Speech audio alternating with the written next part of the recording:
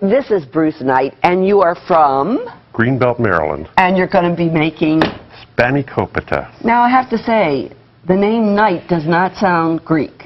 No, I learned this recipe from my wife, who learned it from her Greek grandmother, her yaya. Yaya, huh? Yaya. All right, so what do you need to make Spanikopita? Well, it's pretty simple. It's you start with spinach.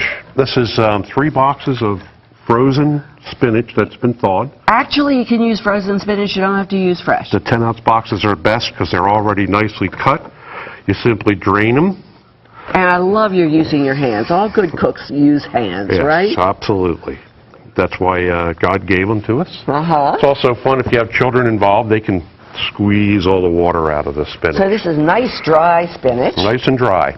We're going to add some onion. And that's just diced pretty finely. Yeah, just 1 medium onion. A little parsley.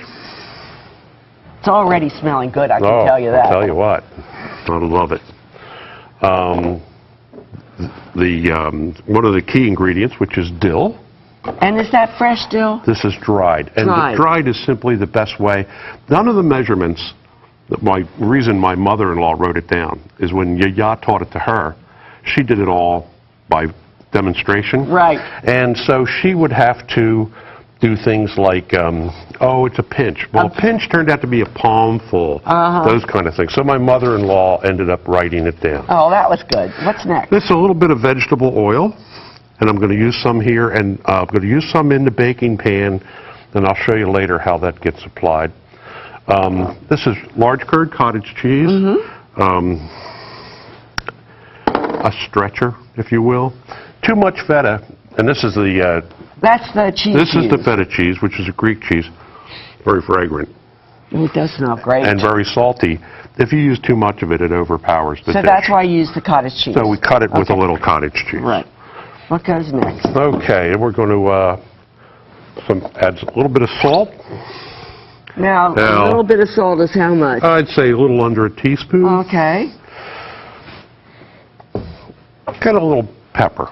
This is just the seasoning. I love teaspoon. Good cooks who never measure. You know, I love that. Okay, what I'd like to do now is we're going to mix this. Just.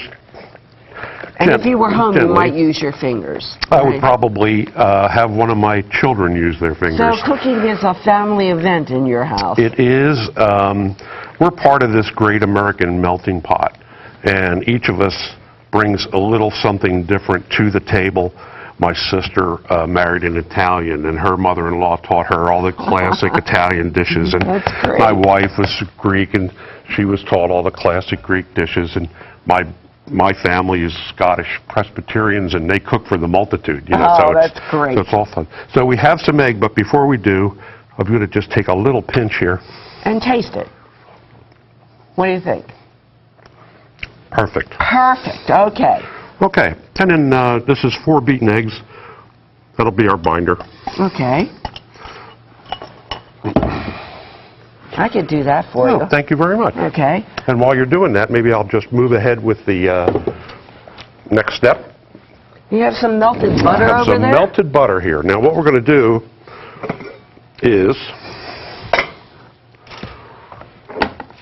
remove this foil. I kept the phyllo covered because it dries out very rapidly. Phyllo is the dough that you're using. Phyllo is a Greek pastry dough that is, no one can make it. So you buy it? So we buy it. You can't make it at home. Okay, good. It's available in any major supermarket in the frozen food section. Same place you find frozen pie crusts and those kind of things. Now I'm just brushing the sides and the bottom of this baking sheet. So it's covered with butter. Right. Butter. And we'll set the butter aside for now. And we'll work one sheet at a time with a little butter between each sheets. Now, this is where the two-person comes in. Oh, so if I could ask your assistance with the brush. You got it. Now that we've uncovered the phyllo, and what we do is we just lay the phyllo out in the bottom of the dish, a little up the sides, and then we just brush it. Brush it. It's sort of like Greek lasagna, huh? Yeah, that's a great analogy. Okay. Should I put the butter up the sides? Up the sides as well. Oh, okay. All right, I think we're ready. Yeah, I think we're ready. So then we'll go and we'll do this. Usually you get about 18 sheets in a box of phyllo. You don't need to use the whole box. Sometimes it's good to keep a few behind because you can use the leftover to make things like baklava. Ah, another great Greek dish. So we cheat a little bit. So you put how many in before you put the filling in? So we're going to put about, let's say 5 or 6. All right, let's say we have 5 or 6. Okay, so we've got 5 or 6. I like my job. It's very good. Easy. And this job really is best done by 2 people. So okay. Believe me, I'm glad to have the help. Okay, what comes next? All right, next we're going to fill it with the spinach and feta cheese mixture. That looks so good. First of all, it's pretty. I like all those colors together. Oh, it's fabulous colors. And when it cooks, it smells wonderful. You wouldn't think that spinach would smell great when it's being roasted. Well, it must be a really great way to get kids to eat spinach. Well, that's a terrific point. And then especially when you have them helping you, and they're involved and they've got their fingers in the product and all that. In the end, then you take the fruit of their labor and present it to them. They love it. Right. We're going to just top this with 3 or 4 more sheets of phyllo. And do we do the butter in between each one? Butter in between each layer. Okay. What degree is the oven? So we've preheated the oven to 350 degrees. Okay. And then when we're ready, we're going to pop this in uncovered, 45 minutes to an hour. We'll check it at 45 minutes. The way the recipe, I guess I should say in my mother-in-law's or in Yaya's words, you'll know it's ready when it dances in the pan. Dances in the pan. Now, Bruce, you're going to have to give us a demonstration of dancing in the pan. What does that mean? What that means is you'll pull when you go to look at the dish, then you pull it out and you shake the pan a little. The pie will slide around its side. It looks great. Okay. We're going to put one more layer of butter. Then we're going to fold those sides in. Oh, I was going to ask you about that, so it looks prettier. Mm-hmm. Okay. Plus it has that, I have no great claims to be a pastry chef, but I'm told that it's the steam and the butter that makes the pastry puff. And this is ultimately, I guess, the same technique as if you were doing puff pastry. And you know how you fold the layers and there's butter in between? Right. And then when you cook it, they puff. Well, these puff in the same way.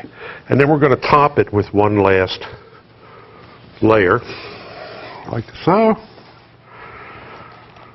Beautiful. Beautiful. With a little butter, and we're all set. A little butter, okay. You know, I don't think there's anything that doesn't taste better when it has butter. I'm sorry. Oh, yeah, you can never have too much butter. Yeah, one time I was talking to Julia Child, and I said, what makes something really delicious? And she just looked at me and she says, why butter, my dear, butter? So that's it. Well, we certainly didn't scrimp on that for this recipe. Okay, so now it gets popped into the oven. Okay, so now we're going to pop it into the 350-degree oven. For how long? 45 minutes to an hour. Now, since we don't have 45 minutes to an hour, we're going to show you what it looks like when it comes out. And this is it. It's beautiful. Now, do we get to taste it? I certainly hope so, because I skipped breakfast just for this opportunity. Okay. I'm going to let you do the honors. Thank you very much. It's beautiful. Now, 3 or 4, 3 inches or so is a serving, but we'll cut right through it. Here we're having it at refrigerator temperatures. It can also be heated, and probably the best way to reheat it is to take a piece, put it in the microwave for a few moments, 30 seconds or so, and then So you could make this really ahead of time. I love all recipes you can make ahead of time. It will absolutely keep. And here we go. All right. I can't wait. I'm trying. Sorry. Cannot wait. But when you're reheating and you want to you want the pastry to puff again, we found it. You just put it in a little warm frying pan and let it sit on the stove, and the pastry will puff up. Oh, Bruce, it is fabulous. Well, thank you. I'm glad you enjoyed it. Here's to you, your wife, and to your mother-in-law. Thank you very much. Thank you for being with us. My pleasure.